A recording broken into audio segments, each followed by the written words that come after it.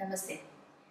આજે હું તમને સૂર્ય નમસ્કાર શીખવાડીશ. સૂર્ય નમસ્કાર સર્વ આસનોમાં સર્વશ્રેષ્ઠ કહેવામાં આવે છે, કારણ કે સૂર્ય નમસ્કાર 12 આસનોનું સંગઠન છે. એની અસર તમારા શરીરના દરેક અંગ પર પડે છે. સૂર્ય નમસ્કાર બની શકે તો જે તરફ સૂર્ય ઉગે છે તે તરફ મુખ રાખીને કરવું. જો તમારી પાસે વધારે ટાઈમ નહીં હોય તો તમે થોડા રાઉન્ડ સૂર્ય નમસ્કારના અને મારા આગળના વિડીયોમાં જે પ્રાણાયામ બતાવ્યા છે બસ એટલું દરરોજ તમે રૂટીન રાખી દેશો તો એ તમને બહુ જ ફાયદાકારક તમારા માટે છે.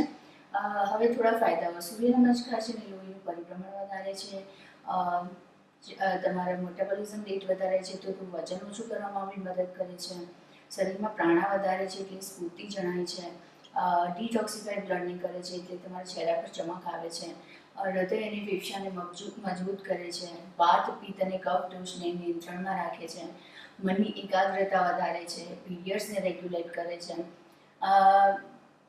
હૃદય અને ફેફસાને મજબૂત કરે છે. એ રીતે ટૂંકમાં જોવા જાય તો સૂર્ય નમસ્કાર તમારા શરીર અને મગજ માટે બહુ જ લાભદાયક છે. હવે થોડા પ્રિકોશન્સ કે અગત્યની વાત કે જે લોકોને હાઈ બ્લડ પ્રેશર અને હરેનિયાનો પ્રોબ્લેમ છે એને કરવાની મનાઈ છે. પ્રેગ્નન્ટ લેડીએ 3 મહિના પછી પ્રેક્ટિસ કરવી નહીં જોઈએ, અને જેને બહુ જ વધારે કમરનો દુખાવો છે કે કમરનો બીજો કોઈ પ્રોબ્લેમ છે તો એને સર્ટિફાઈડ યોગા ટીચરની દેખરેખ હેઠળ કરવું જોઈએ. સૂર્ય નમસ્કાર તમે બે રીતે કરી શકો છો, સ્ટેટિક અને ડાયનામિક વે. સ્ટેટિક મતલબ તમે ધીરેથી ચાલુ કરીને એની ગતિ વધારી શકો છો. ડાયનામિક વે કરશો તો એ વજન ઓછું કરવામાં તમને બહુ જ મદદરૂપ થશે. તો અને બીજું એક અગત્યની વાત છે કે જે રીતે મેં તમને કીધું સૂર્ય નમસ્કારમાં 12 આસનો છે, તો એકથી બીજા આસનમાં જતી વખતે તમારે શ્વાસ લેવો ને શ્વાસ ક્યારે છોડવો એ બહુ જ અગત્યનું છે. પણ એનો એક સરળ નિયમ છે કે જ્યારે તમે ગુરુત્વાકર્ષણની તરફ જાઓ છો ત્યારે શ્વાસ છોડવાનો છે, અને ગુરુત્વાકર્ષણની વિરુદ્ધ દિશામાં જાઓ છો ત્યારે શ્વાસ લેવાનો છે. તો ચાલુ કરીએ. સૌથી પહેલા તમારે તમારી મેટની આગળની સાઈડ આગળ ઉભા રહેવાનું છે, બંને પગ બાજુમાં રાખવાના છે.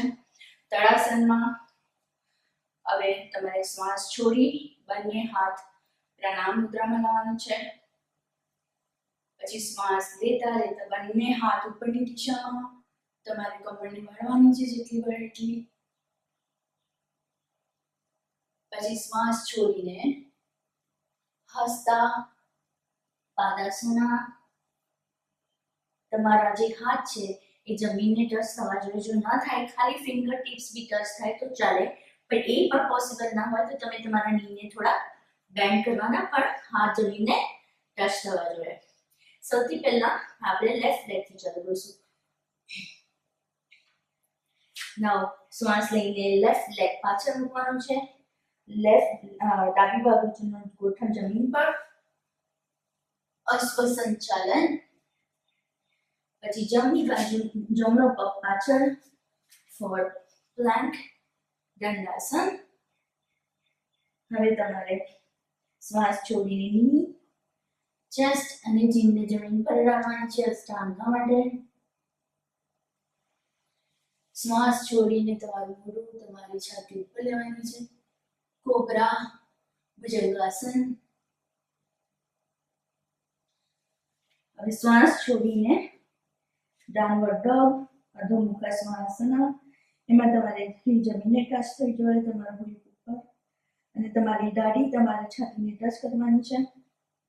જો તમારી હીલ ટચ ન થાય તો તમે થોડી વાર આવી રીતે વોકિંગ મૂવમેન્ટ કરી શકો છો.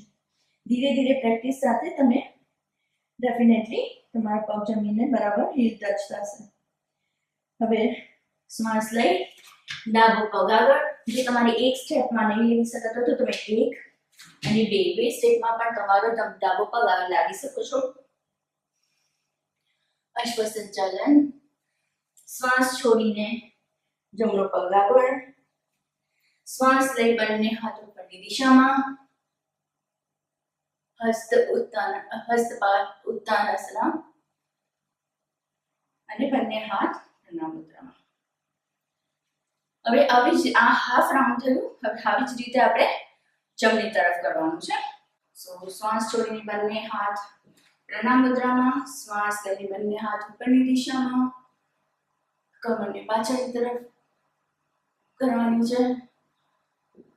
શ્વાસ છોડીને હસ્ત પાદાસના, શ્વાસ લઈને જમણો પાક પાછળ, અશ્વ સંચાલન. શ્વાસને એમ જ રાખીને ડાબો પગ પાછળ, દંડાસન પ્લાન્ટ પોઝ. શ્વાસ છોડીને તમારી ગોઠણ, છાતી અને નળી જમીન પર, અષ્ટાંગા. શ્વાસ ભરીને ભુજંગાસન. શ્વાસ છોડીને અધોમુખ શ્વાનાસના, ડાઉનવર્ડ ફેસિંગ ડોગ. શ્વાસ લઈને જમણો પગ આગળની દિશામાં, બે હાથની વચ્ચે.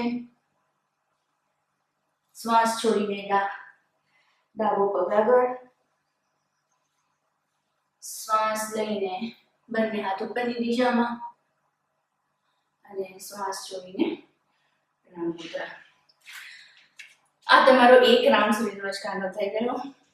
સો આશા કરું છું કે તમને મારો વિડીયો ગમ્યો હશે. Thank you. આભાર.